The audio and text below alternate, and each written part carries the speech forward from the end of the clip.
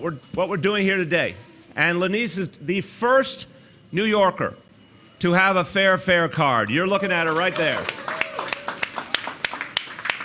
So she's the very first New Yorker to get one. She's the very first New Yorker to use one, which she did just a few minutes ago. And this is the beginning of something great. For thousands and thousands of New Yorkers, it means doors of opportunity will open up.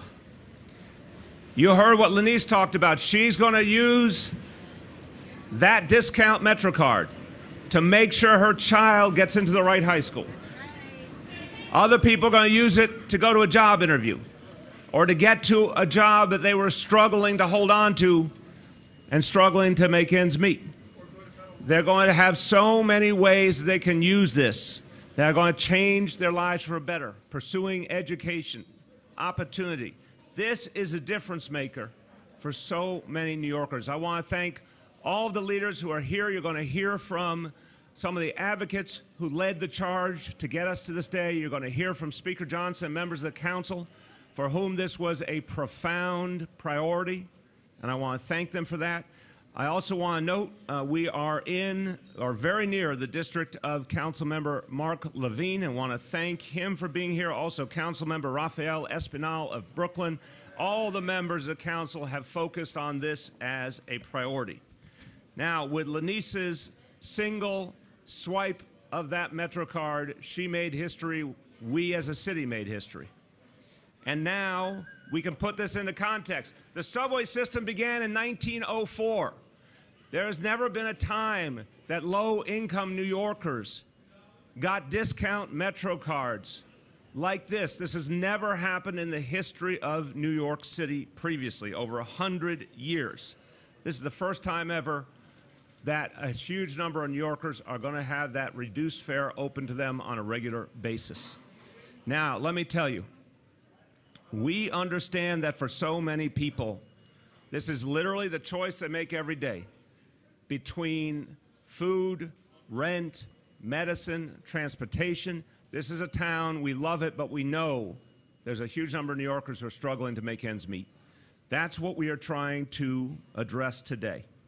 A MetroCard on a monthly basis for each person is $1,450. For a lot of people, even though it's a good deal, it's beyond their reach because they have to make those tough choices.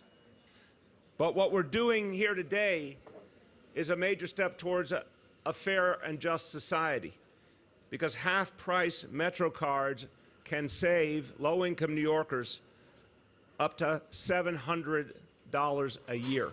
And $700 means a lot to someone who's struggling to make ends meet.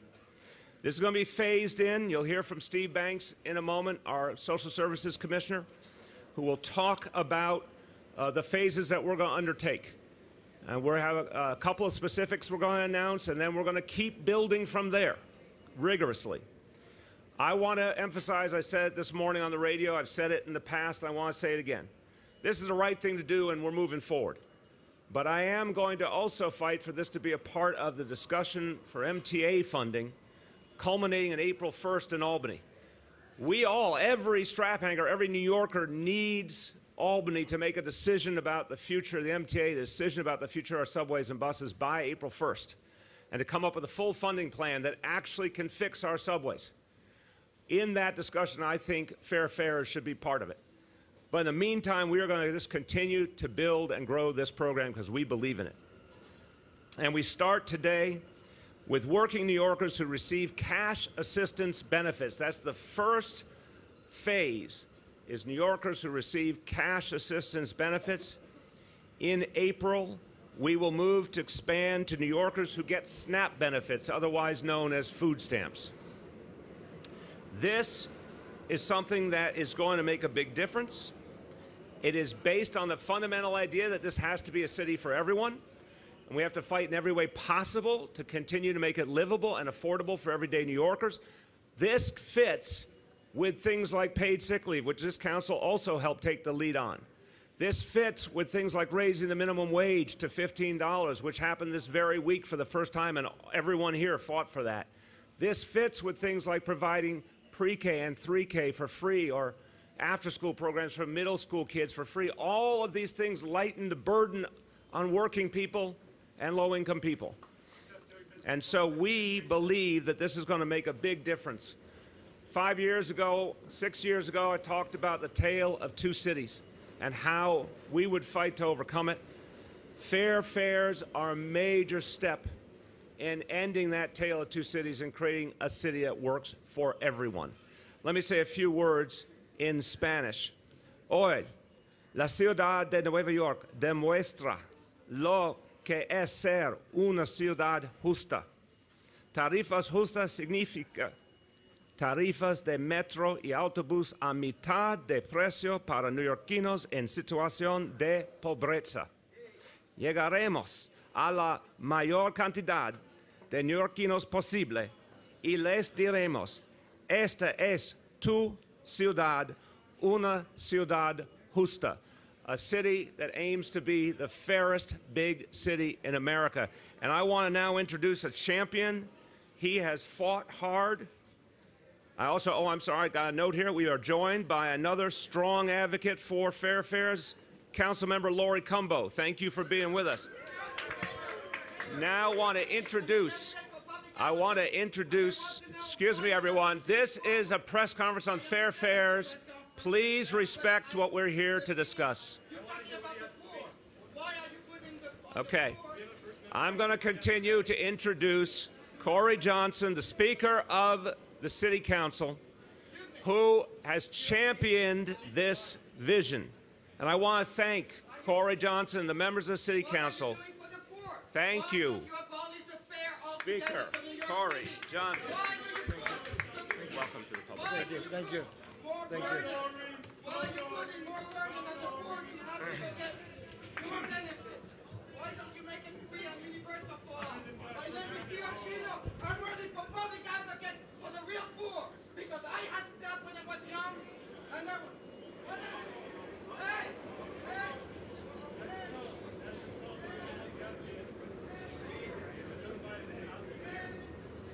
Good afternoon. Welcome to New York. Good afternoon. I want to thank Mayor De Blasio, my colleagues from the council who are here this morning, council members Levin, Rodriguez, Drum, Levine, Espinal, and Majority Leader Cumbo for being here today. And I'm going to speak about the advocates in a moment. We made it. I am so proud to be here.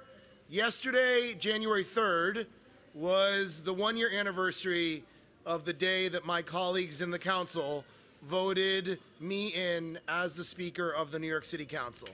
And I remember getting ready, trying to put on my best tie, and feeling very nervous and somewhat overwhelmed by the whole thing. And I remember right after the vote was over, I felt a huge sense of gratitude and also a sense of obligation to the people of our great city to do the right thing and to take care of the people who need it most. And that is why, for my first budget as Speaker, I made, and the members here made, fair fares a priority. It wasn't just me. The council overwhelmingly prioritized this program to excellent results. It has been a long road, but we are here today launching fair fares to help the most vulnerable New Yorkers. These New Yorkers were on my mind 1 year ago when I was elected and have been on my mind every day since. They are the reason I ran for public office, and I will never forget them. I grew up in public housing in a family that struggled, and I know the difficult choices that families have to make when they don't have a lot of money. And as I said then, it was a long road to get here. I have a long list of people to thank, starting with Mayor De Blasio. Certainly this was a long process. There might even have been a couple of news stories about it. Not 100% sure, but I think I will say our hearts, both of our hearts, all of our hearts, have been in the right place since day one. And the mayor's ultimate goal was always about getting this right. I am proud to stand alongside him now that this program is starting. But I think that I can speak for the mayor when I say this isn't our victory. I believe, I 100% know, the mayor believes this, that the most impactful change always comes from the grassroots. And that is especially true of the Fair Fares Coalition and campaign, which had over 70 nonprofit organizations, labor and clergy, and advocacy groups who led this effort. This was a campaign that was about hard work, time, and dedication. And we worked day and night with the advocates, from organizing days of action at subway stops and on social media to sharing incredible stories in the papers, and we never gave up throughout that campaign. And I really have to give a special shout out to the Rioters Alliance and the Community Service Society. From CSS, their president, who's with us this afternoon, David Jones, his team, Jeff Macklin, Nancy Rankin, and from the Rioters Alliance, John Raskin, Rebecca Balin, Dana Dennis, and everyone on their teams. I can't thank you enough. It's been a pleasure and an inspiration working on this with you. I also want to thank New Yorkers Shani Rahman and Cynthia Kozakowski, who were very honest with their own stories and how a program like this would make a difference in their lives. I want to thank you for your work and sharing your story that drove home the need for fair fares. I'd like to close by reminding everyone today is just the beginning. We will work to make sure all New Yorkers living at or below the federal poverty line have access to this program. And I can promise you that is our mission, and we are ready together to work on making this a reality. We know that we have more work to do, and we are ready. Every day I see people on our subways asking for a swipe, and I think of them every day as we do this work. They need this program. New York City needs this program.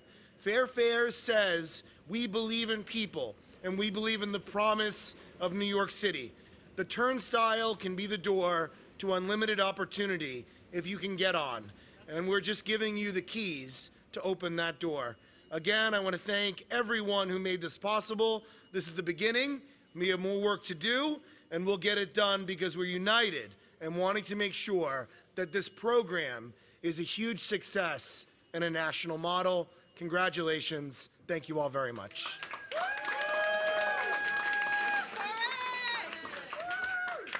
Now I'll introduce the chair of the Finance Committee. He helped lead the negotiations that got us to this day, Councilmember Danny Drum. Yes, Danny! Thank you, Mr. Mayor. It is a great day, and I do want to reiterate what the Speaker was saying, is that this was a top priority for us as we went through the budget negotiations. And as negotiations go, there's always back and forth, ups and downs. You're never quite sure what we're going to come up with. But in the end, I think that the result that we have here today shows the commitment by both the council and by the administration to our low-income New Yorkers. We understand and we know what a half-fare MetroCard means to people. It means that you can get to work. It means that you can get to school. It can get to the appointments, to doctors, take care of your kids. And as was said in the very beginning, you know, making sure that students and their parents can do what they have to do to get around the city. So we are very proud to stand here. We thank our Speaker for his leadership in this role, and we say thank you very much. We're happy to be here today. Thank you very much. Thank you, Danny. And now the chair of the Transportation Committee, who has been one of the biggest advocates for this vision, Councilmember Adonis Rodriguez. Well, this can be a simple MetroCard for wealthy New Yorker, but this is a treasure for working class New Yorkers, especially immigrants. I have no doubt that the heart of Mayor Bill De Blasio is on the working class. And I always say, when I know this mayor was there back in the 80s in Nicaragua, supporting the good cause, I know that he's been fighting for social justice. Yes. However, we live in a complicated city, but we also know that it's not only about how to start a program, it's also how to maintain the program.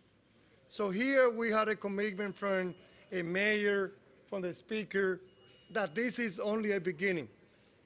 You know, it is so difficult to think about how 2 years ago, I started leading this initiative together with the advocate, and it didn't make it to the finish line. It was the Speaker Johnson who said, we're taking this, we get it done. And the mayor listening to the case that all of us were making. So for me, this is about, I used to be the student, living at 124 Sherman Avenue and going to City College. And many times walking, there was no MetroCard, was the talking. Yes, walking not because I thought I was good for my health, but yeah, because I didn't have the $1.25 at that time. So here we are today in 2018, sending the message to the poorest New Yorker, to 800,000 of them, that this is only a beginning. We have thousands and thousands of students going to CUNY, going to community college. We have single mother. We have taxi drivers. Family of 1 making 12,000. Family of 5 making $29,000. And today, this is like the pay sick day. This is only a beginning with a commitment that we're going to be working together to make it permanent, to get the 800,000 New Yorkers who live in poverty to benefit from this program. So para mí es un día de decir a los inmigrantes, a los trabajadores, que una tarjeta de crédito que para la clase alta es un lujo, para nosotros es una oportunidad. Gracias al alcalde, gracias al Speaker Johnson, y hoy vamos a comenzar a proveer 50% de descuento a los neoyorquinos que viven en los niveles de pobreza. Thank you.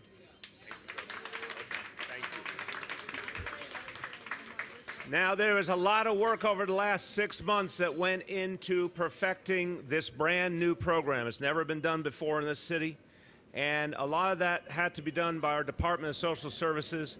A big partner in that effort who provides oversight over that department is the chair of the General Welfare Committee, Council Member Steve Levin.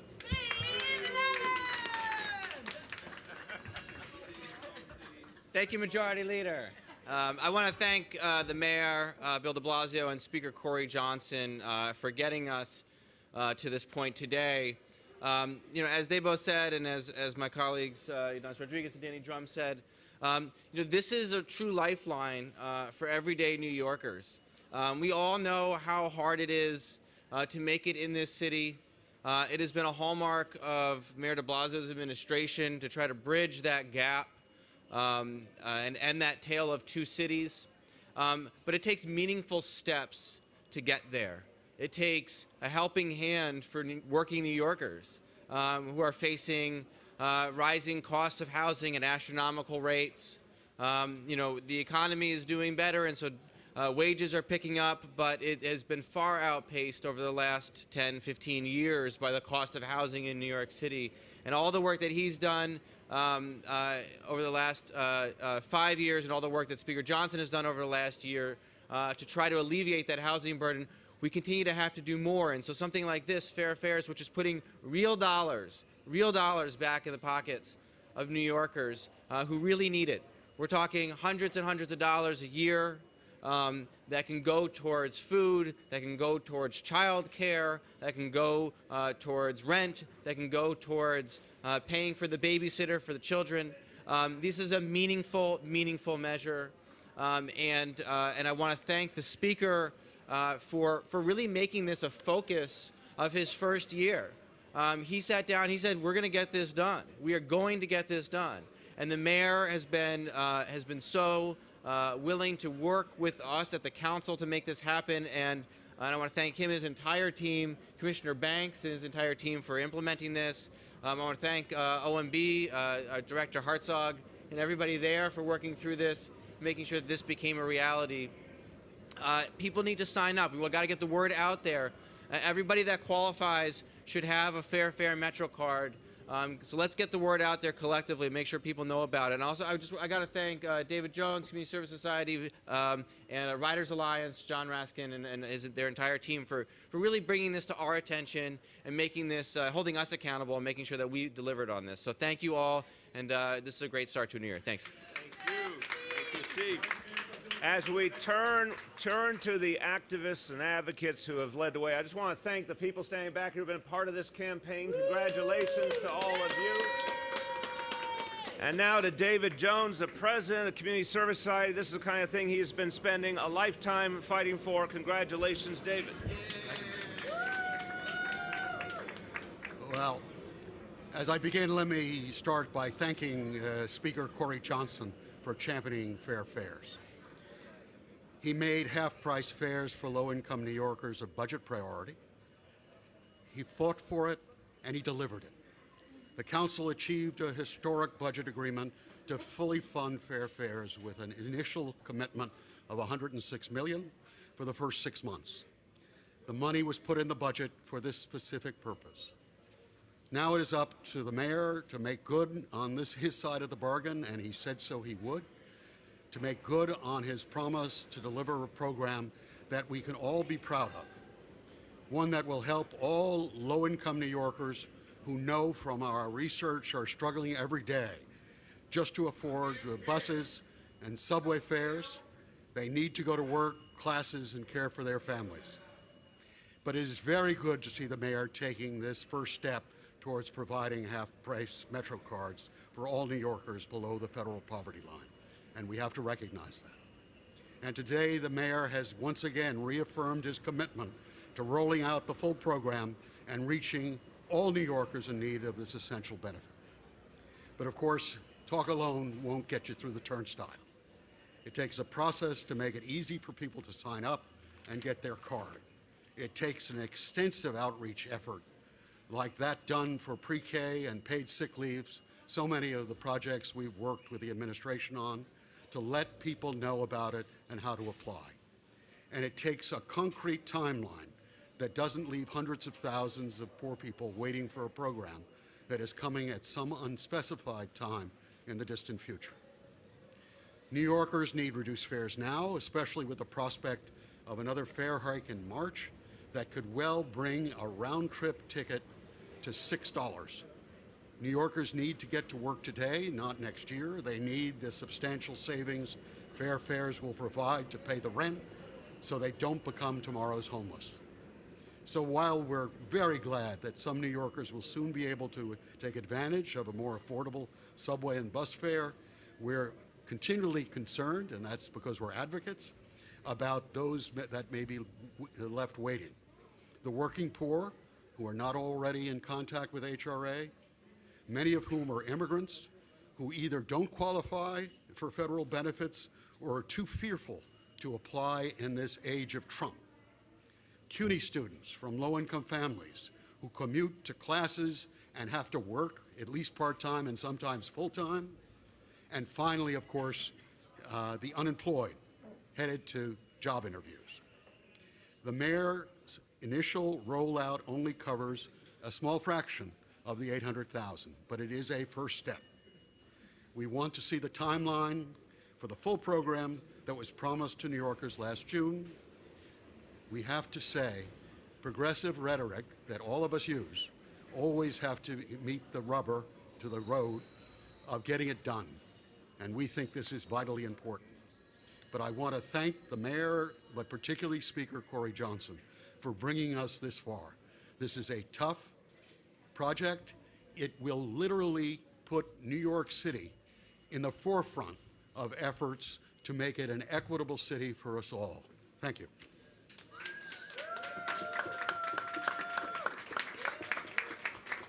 Another key leader in this fight, and I want to thank him for his leadership on behalf of subway riders in general, is the Executive Director of the Riders Alliance, John Raskin.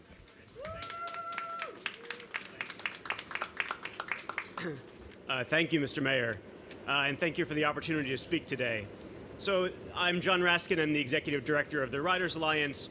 3 years ago, the Riders Alliance joined with Community Service Society to launch this campaign for fair fares.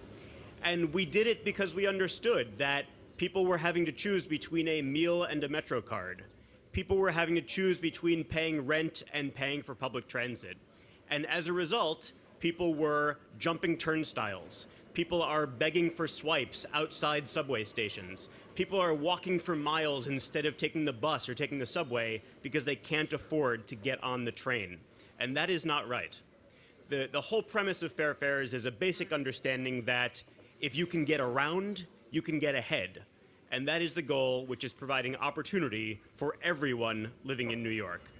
So Speaker Corey Johnson pushed very hard in budget negotiations, and I think that was possible because the entire City Council was united together in pushing for fair fares. And so I want to start by thanking the entire City Council for their dogged efforts, and particularly Speaker Johnson for taking the lead and pushing it this year. As part of budget negotiations, the city agreed to fund this program and to put in half a full year of funding, right? To put in more than $100 million so we could start this program in January, which is what we're rolling out today. We were proud to stand with the Speaker and the Mayor and many members of the City Council in June when budget negotiations were over, and we're proud to stand here today and roll out the first phase of fair fares. This is exciting, not just for the individuals who are here today, but for tens of thousands of people who will be able to benefit right away, now, in January, from the new Fair Fares program. That is a vital first step. But just as important as that is the Mayor and the Speaker both today reaffirming the commitment that this is a beginning of the program, not an end. Right, this is a program that we are phasing in step by step. We are starting today, but the ultimate commitment, which is so important, is to reach everyone living below poverty in New York City. Right, that includes people who are not already in the city's social services system. That includes people who are immigrant New Yorkers, documented and undocumented. That includes everybody who is income eligible, who needs fair fares. And so that is the other part of what we're celebrating today, is that commitment. But as David Jones said a few minutes ago, that has to come with the specifics. Right? We need a timeline that is quick, that is aggressive about implementing fair fares so that Riders Alliance members and everyone in the city who pushed and fought and advocated and organized to win fair fares knows how to apply and can sign up and take advantage of the program. So today is a day for celebration. Today, many people are going to be able to access fair fares. As I think Steve Banks may describe, more people will be coming soon. What we're really doing is reaffirming a commitment on the part of the advocates, on the part of the elected officials, to keep pushing for the rest of the program so that the entire program that we agreed to in June is accessible to people quickly and rapidly. And I think that's something that will be appreciated by hundreds of thousands of New Yorkers who will benefit. So thank you very much for including us. Thank you, Speaker Johnson, for your leadership. And thank you, Mayor De Blasio, for making it happen so that we really are rolling this program out, the first step, at the beginning of January. Thank you. We have to hear the strong, powerful, extraordinarily loud voice of Majority Leader Lori Cumbo. Yay! Hello, Harlem, and you know that I am so excited about fair fares because I came all the way from Brooklyn, New York, and those that are from Brooklyn know we don't come up to Harlem that often. So if we're here, we love this program. And 125th Street is really the right place to launch this. This is really where so many great ideas right from the people come. You're getting great ideas, even if you're getting cursed out while you're getting them. But you're getting them nonetheless. And I just want to add, this is so exciting to me because I heard that there were a lot of great men up here speaking, so I had to make my way up here to bring some estrogen energy up here. Because you saw last night in Congress, we are doing it. We are blazing a new trail for women leadership. And for me, fair fares meant a lot to me before, but it meant even more once I became a mom. Because people we're talking about going to work and coming back home, but people don't realize as a mom, often single moms, head of households, have to get up, get dressed, go and take the baby to daycare, go and take the other baby to elementary school, get on the train, get back to work, and do it all again every day. So this is really a huge shout out to all the moms out there who really need this, who are really doing the incredible work to raise their families and continue to make sure that they are able to put food on the table, pay for daycare, get their children to school, put clothes on the back, and food on the table. So this is an extraordinary opportunity, and I really want to thank Speaker Johnson and Mayor Bill De Blasio. Fair fares has been talked about for years, but as soon as Corey Johnson came into office, he got this done in 1 year. And that's what politics are really all about, getting the job done and putting resources into the pockets of our community. Thank you all, God bless you all, and I'll see you on the train. Thank you, Lori. Last, I want you to hear from The man who, him and his team put an immense amount of work in over the last 6 months with OMB, with the council team, to figure out how to make this work and how to make it work consistently, be sustainable, be something that we all could be proud of. I want to thank you for your leadership. Commissioner of Social Services, Steve Banks.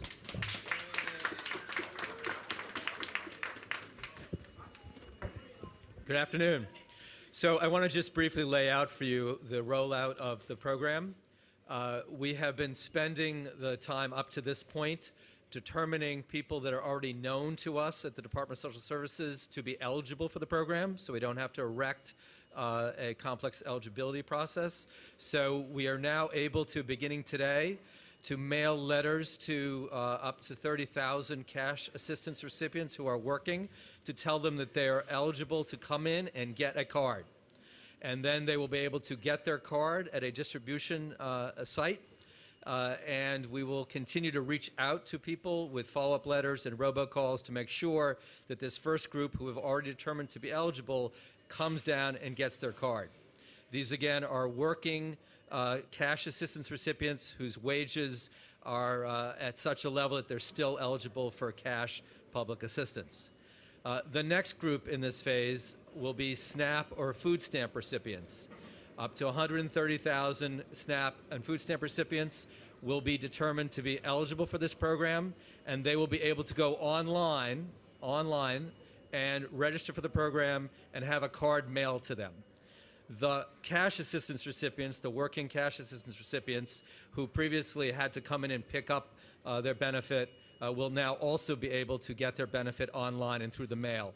So in this first phase, we're very much focused on a streamlined approach, determining people who are already known to us to be eligible, working people receiving cash assistance, and next working people receiving SNAP or food stamp assistance. And in April, we'll be able to make this service, this benefit, available to people by registering online and through the mail without even having to come into an office. I can also tell you that the ability to get the card, the first features will include a 7-day or a 30-day discount, just like Lenice was able to get today. And then starting in April, we'll be able to roll out a pay-per-ride feature in addition to the 7-day and 30-day feature. And that will be also offered, again, to the individuals that have opted for these first 90 days of benefits, so that all participants will be able to have all three of these options. In April, we will have worked with the MTA to put in place a system to appropriately monitor usage to make sure that the program is working properly to be able to extend the pay-per-ride feature. In a nutshell, that's what we've been working on to put together, a system in which people will be determined eligible without having to come in to see us, and ultimately, in April, a system in which you can receive the benefit in the mail and not have to come to our offices and register online. Thank you very much, Steve. Thank you. All right, and Steve, don't go far, because we're going to be turning to you for questions on a lot of the specifics. So everyone in the media, we're going to turn to questions on fair fares, and then we'll open up for some other questions. I know there's some other MTA and other things on people's minds. Okay, first on fair fares, Grace. So, since the eligibility of the first wave of people has long been determined, why wasn't this ready to go on January 1st? And Grace, we're very comfortable starting January 4th. Continue. Okay, and then additionally, since the food stamp recipients are also known, why can't they begin right now? It takes time to put the structure in place in a way that's truly effective and verifiable. Steve, you can talk about the steps on the SNAP benefits. Again, we wanted to design a system in which people will not have to come into an office to get the benefit, in which they could register online and receive the benefit by mail. And that system requires building. It'll be available beginning in April, and we wanted to make sure that we had the first population getting their benefits beginning this month, and make sure that we can see all the features of the program working before we expand it to the next group. So we're starting with 30,000 rolled out this month, and another 130,000 in April. Grace, follow. Just to be clear, the reason that 130,000, the food stamp recipients, aren't eligible to get them today is because you want them to be able to apply online? Is that... We want them to be able, we want to make applying and receiving the benefit as streamlined and easy as possible, and we want to provide that online feature and being able to get it mailed to you. That feature will not be available until April. We're building a system that never existed before, but we wanted to get a system up and running this month, and that's why we're rolling out the first group of 30,000 cash assistance recipients. It couldn't be built so that it could be ready today. I began building it today, so that's ready in April. Were we not able to build it 3 months ago, so that it was ready today? The building began as soon as this program was funded. It's you're starting a whole new benefit program. One of the reasons why we wanted to start with people that were known to us is because we would already have determined their income. We wouldn't have to make people come in and verify income. We already are aware of what their circumstances are, but we wanted to create a system in which people could get this benefit without having to come into an office.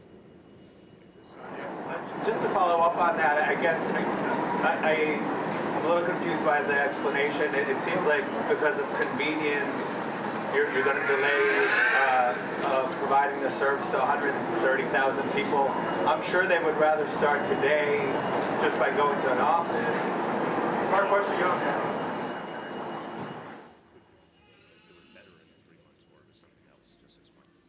Right, I hear your question, Yoav. This system we're trying to build is one which is going to accommodate 160,000 people to get benefits in this fiscal year. We have a funding level to be able to roll out that level of the program. We want to make sure that when we roll it out, it works properly. It's to make sure that this first group are able to get their benefits, to use their benefits, and then working with the MTA to roll it out to the next group. You're correct that we're trying to create a convenient system, but we want to implement a system that works right, that we can make sure we monitor usage and make sure we're getting it to people who we've determined to be appropriately eligible for the benefit. So, Steve, don't go far away, and I'm going to say a summation, and you'll say if you want to modify it all. To Yoav's question, I think your basic point you're making is you're building the airplane while it's going down the runway. And that first 30,000 is the opportunity to test with a substantial number to make sure everything's working. And then you're building further to the next group. You'd like the next group to have an even more convenient experience, obviously to have the single rides included, but it stood to reason, and this is something, again, I understand that reporters or anybody else might say, why can't things be more instantaneous? But you would also say if something went wrong, why did something go wrong? So we're trying to use the first 30,000 to make sure the whole system will work. Would you agree with that? Absolutely. Okay, let me see. Go ahead, follow up. Hold on, we're doing media questions this side, and then I'll come to that side. Go ahead. follow up, but I wanted to ask about the total eligible pool because your one plan, New York, your one New York plan said that at the end of 2018, because of the raise in the minimum wage, you expected as many as 519,000 people to move out of poverty or near poverty. So I'm curious, does that minimum wage change, is that going to shrink the pool of total? We sure hope so. I mean, we're working right now on the next one New York plan, and we can come back with the very latest statistics for you. But everyone up here wants to reduce the number of people in poverty. So let's begin at the beginning. Everything we've been doing, this council, everybody has been working together to reduce the amount of poverty. From the beginning of our administration, we set a goal, and we said if you did a $15 minimum wage, if you did paid sick leave, pre-K, after school, obviously affordable housing programs, legal services to stop evictions, all these things were going to reduce poverty. We have more tools than we've ever had now. We want to go a lot farther. In terms of this initiative, Fair Fares, reaching people below the poverty level, we all would like there to be fewer people below the poverty level to have to serve. But whatever that universe is, we're going to do our best to reach the most possible. But we will get you the updated numbers both on the existing poverty level and what we project it to be in the next few years. This side, and then we'll go to the other side. Yes, go ahead. What is the forecast for the pay per ride? Is that also in April that would start? Or say again, I'm sorry? What is the forecast for starting the discounted fares for pay per ride? In April. The pay-per-ride feature will be available in April for both the people that are getting cards now and for the new people that are coming on in April. Okay, back there. We have Polly over here also. But he doesn't. Go ahead, please. We have a question for the council speaker. Go ahead, speaker. Are you happy with the way this is rolling out in phases? Is this something that you push for or that you push back against? Well, you know, it's when you are rolling out a massive program, it needs to be done in phases. So I am perfectly comfortable with starting off with initial populations of people where we have their information and we can get it done. There's a commitment, there's a mutual commitment that you heard here today from the mayor, from myself, from the council members, from the advocates on getting a firm timeline to reach as many people as possible who are eligible. Not every program everyone participates in. Food stamps, only 70% of New Yorkers participate in a food stamp program. So we don't expect all 800,000 people are going to participate in this. The number could be 400,000. It could be 600,000. We don't know what that number is going to be. This is a good start. This was a major win. Today is a celebratory moment. We are doing something very big to make a difference in people's lives who are living in poverty. So today, I am happy about that. I am happy that we're getting this done. Could things be done in a more perfect way? The mayor and I can always Monday morning quarterback and figure out ways that we could get it done in a better way. But we are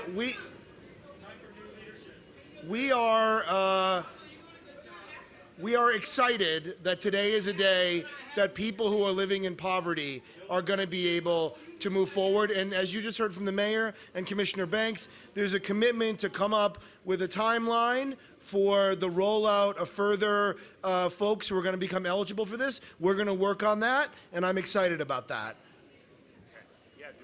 Yeah, so the first 30,000, will they have to pick up cards somewhere, or are they doing that? Yeah, and that first 30,000 again this is the piece where we're starting, and then we want to make it easier and easier as it goes along. So the first 30,000, whether they have to come pick up and everything else. Right. The first 30,000 will be given specific locations in each borough to come and register, pick up their card. Remember, they've already been determined eligible, so they're not going to apply. It's not a public office. It's a place where they can go register, pick up their benefit, and then beginning in April, they'll be able to get benefits in the mail. Going to be posted, or do you know them? The individual will receive a letter giving them specific locations that they can go to, because remember, it's not an application process. They've already been determined eligible by the work we've been doing up to this point. Okay. Anybody else on this side? Last call, and then we'll go to the other side. April, we're talking about between 100, 130, 160,000 eligible New Yorkers. When do you anticipate expansion, and what eligibility requirements are you looking for? So 30,000 now, 130,000 more April, and we keep going. Right now, the work is beginning on the next phase. We don't have the specific amount yet. We obviously, when we're starting this much after just 6 months of work to create it from scratch, it shows our commitment to keep going, and we intend to keep going. So as soon as we can announce the next phase, we're going to. We want as many people to get this as possible.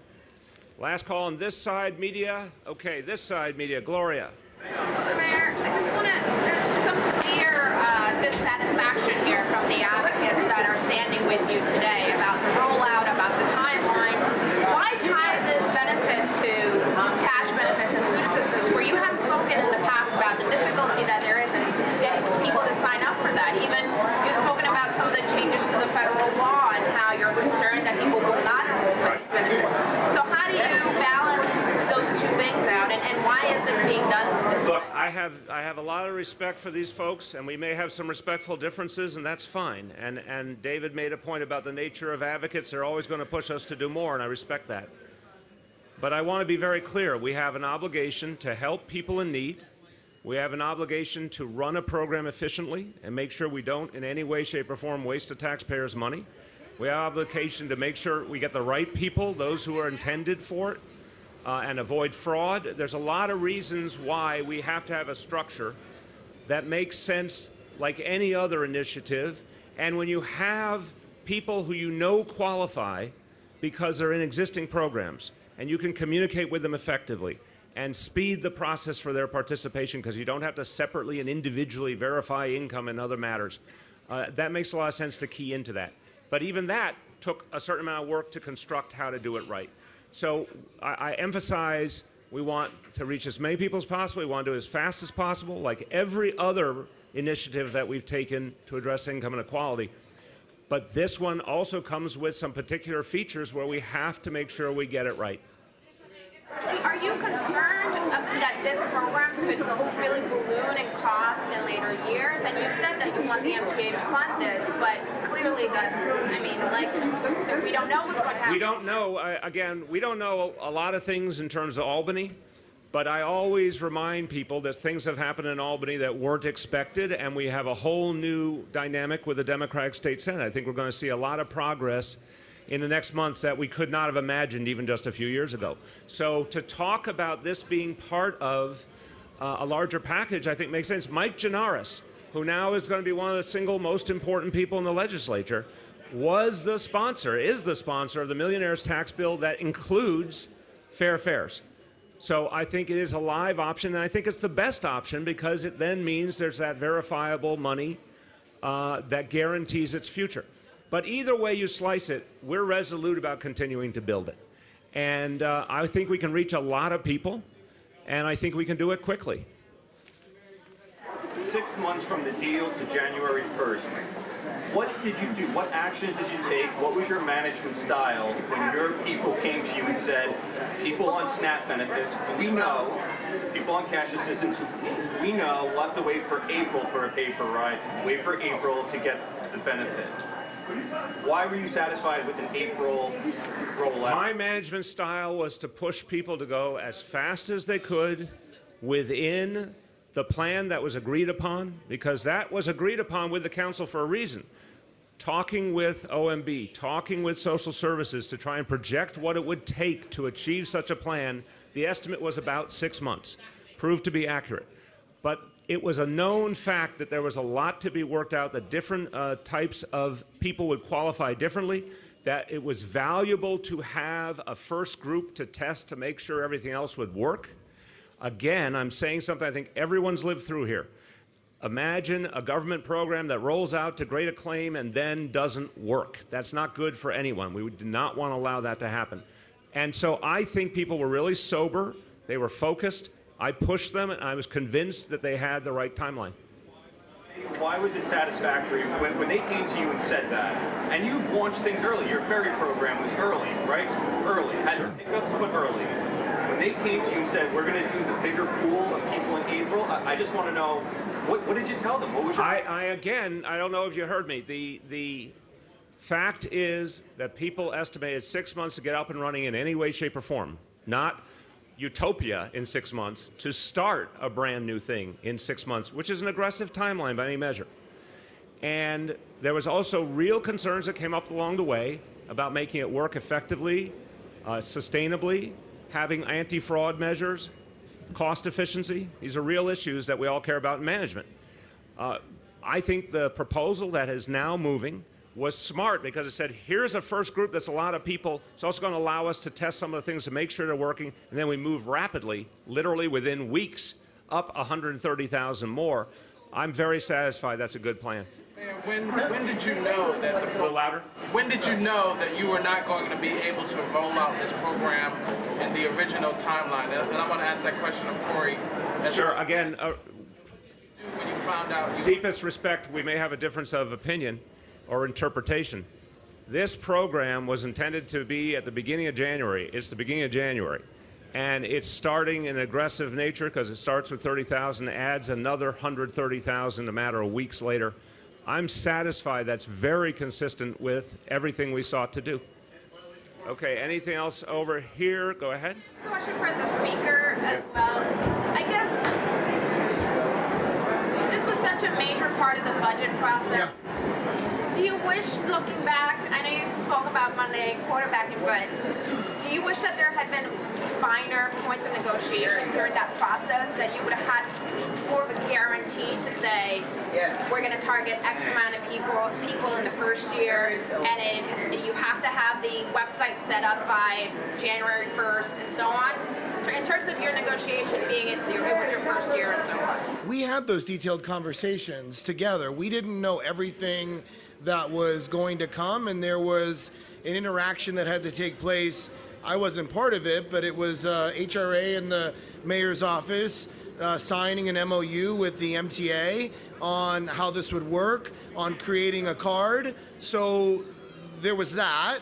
There was also concerns around not wanting healthcare.gov like creation where we set something up and then it didn't work in the way that was needed. But what I think today is really about is the mutual commitment of reaching as many people as possible with a firm timeline to get all folks who are currently not captured by the Department of Social Services. We're starting off with 30,000 potentially, building to another 130,000 potentially. Again, I don't think everyone's going to participate. Doesn't happen with any program. And then we're going to build from there with clear timelines. This is a big thing. This is an anti-poverty measure. This is something that is seismic and is an important thing. When I became speaker, I said that one of the things I wanted to focus on was fighting poverty and working on poverty. We did that on EFAP, on increasing emergency food access programs.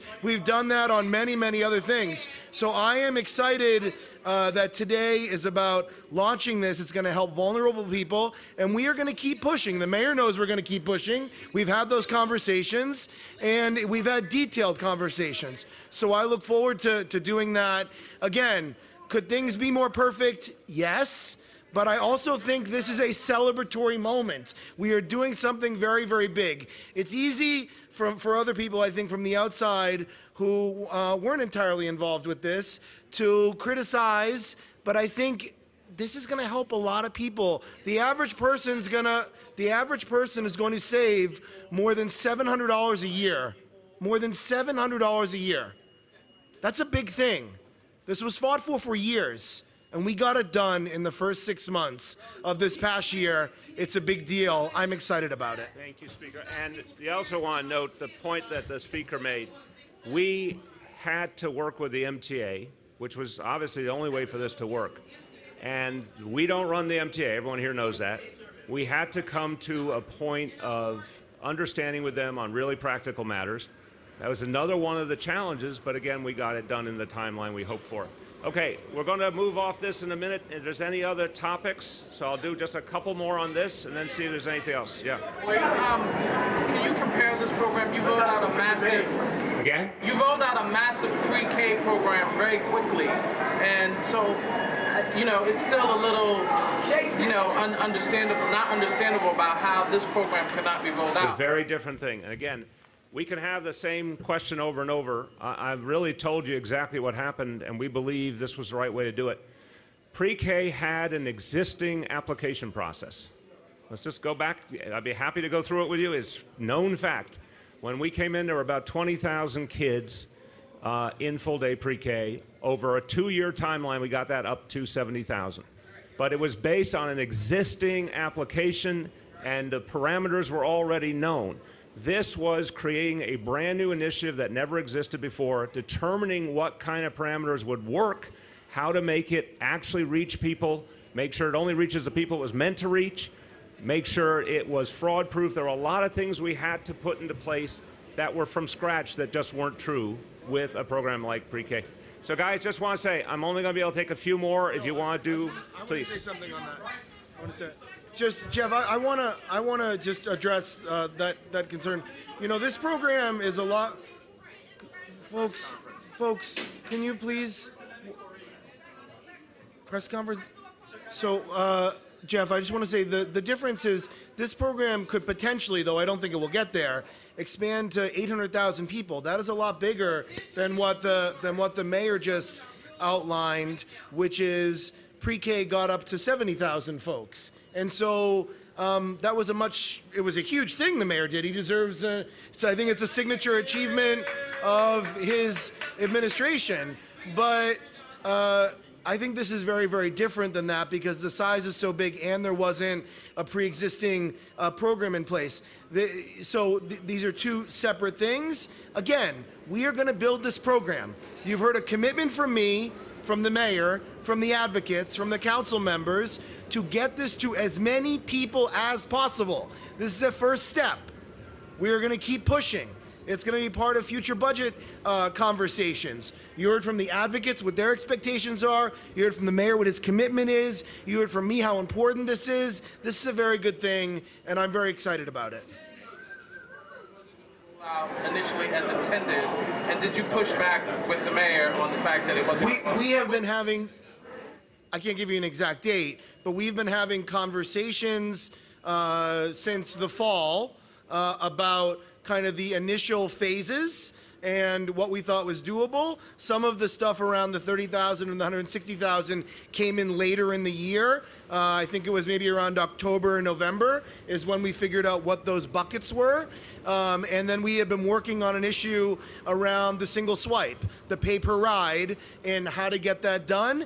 And that wasn't figured out. Again, I wasn't part of those conversations with the MTA or the administration of it, but the mayor and his team were the ones who were negotiating with the MTA on getting the single swipe. And that came together just in the last 2 weeks or so with the MTA to get it done. Okay. Just want to say a few more media questions, and they could be on this or they could be on something else, but we have only time for a few more. Gersh, hold on. Gersh. Just on the policy, Guy, you got a chance. Gersh. Well, you were asked yesterday, it was premature because Governor Cuomo's announcement about the L train wasn't official. Right. So are you, now that you've had some time to think about this, are you ready to commit to keeping some of the streetscape and busway improvements that were made to mitigate the L train shutdown now that the shutdown's not coming? So one, bus lane, HOV on the bridge. Yep, I hear you. First, I wanted to start with what the governor has announced. The intention is very good. And obviously, I commend him, and I hope it comes to pass that we can avoid that kind of shutdown, and so many people in Brooklyn and Manhattan are not disrupted. I think we're not there yet in knowing if it's really going to work out that way.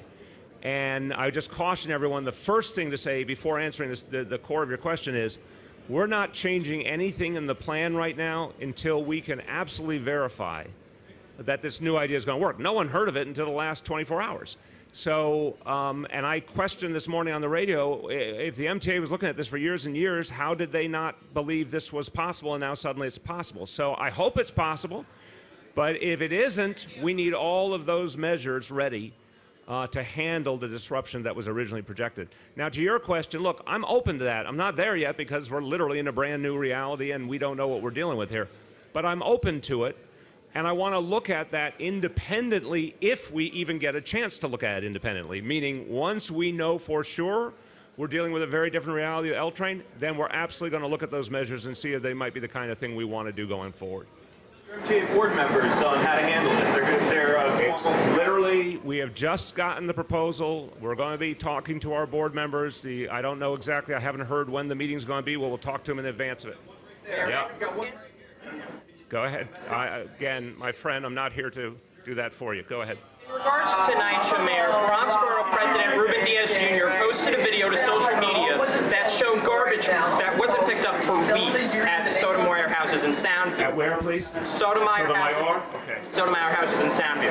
And then it was picked up once it was seen on social media. Right. And NYCHA then responded that they're focused on solutions, not hashtags, and Diaz says that the new method, the hashtags, appear to be a better option. So my question to you is, what is the remedy in regards to the NYCHA situation? The public seems very upset about this. Yes. Look, the whole bigger remedy is what we laid out a couple of weeks ago, which is a plan that will fundamentally change the future of NYCHA. It means that 62,000 apartments will go into that federal RAD Section 8 program.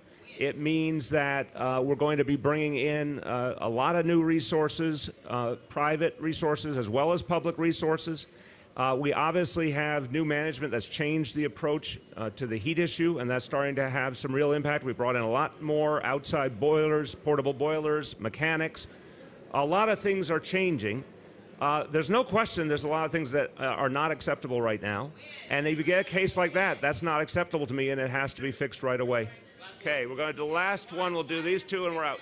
This might be for Steve Banks, but the question is, are there any other residents residents who are known, whose income levels are known to HRA that you anticipate would be the next big group of people, or are you kind of starting from scratch on verifying anyone else's eligibility for the MetroCard? Let me try it broadly, and Steve. So we're going to start immediately on the next tranche. We know there are folks under the poverty level, and we're looking for the ways to reach them that are most effective, most verifiable, fastest, like the SNAP was, like the cash benefit was. So I assume we're working on a universal options. We also have to do it with the MTA, obviously. Group that's already known to you, a pretty sizable group that you think will be the next group, or do you have to kind of start? I think we have options, but again, given how there's been, I think, some misunderstandings along the way, I don't think it's productive to say here's one that might or another. I think the productive thing is to come up with the next phase and announce it. Last call. Earlier today, Governor Cuomo said that he personally reached out to Elon Musk and Tesla. To who, please? To Elon Musk and Tesla, asking if their technology could fix the subway signal system. So I'm wondering if you think that's a path worth pursuing. I love the fact that the governor is asking that question, because what we've seen so far from the MTA is a plan that will take a long, long time to fix the signals. If there's new technology that would fix them faster, that could be a godsend to all New Yorkers. So I'm very happy he's asking, and I obviously appreciate that he's taking the lead. The state controls the MTA. It's good to see him taking the lead. I don't know Elon Musk. I don't know what that technology is. But if there's something that might help, I mean, the number one problem, even though it's the least, the least public or the least sexy problem, but the number one problem in terms of people actually getting around is the signal system. So if there's some way to fix it faster, God bless. We would love that. Thanks, everyone.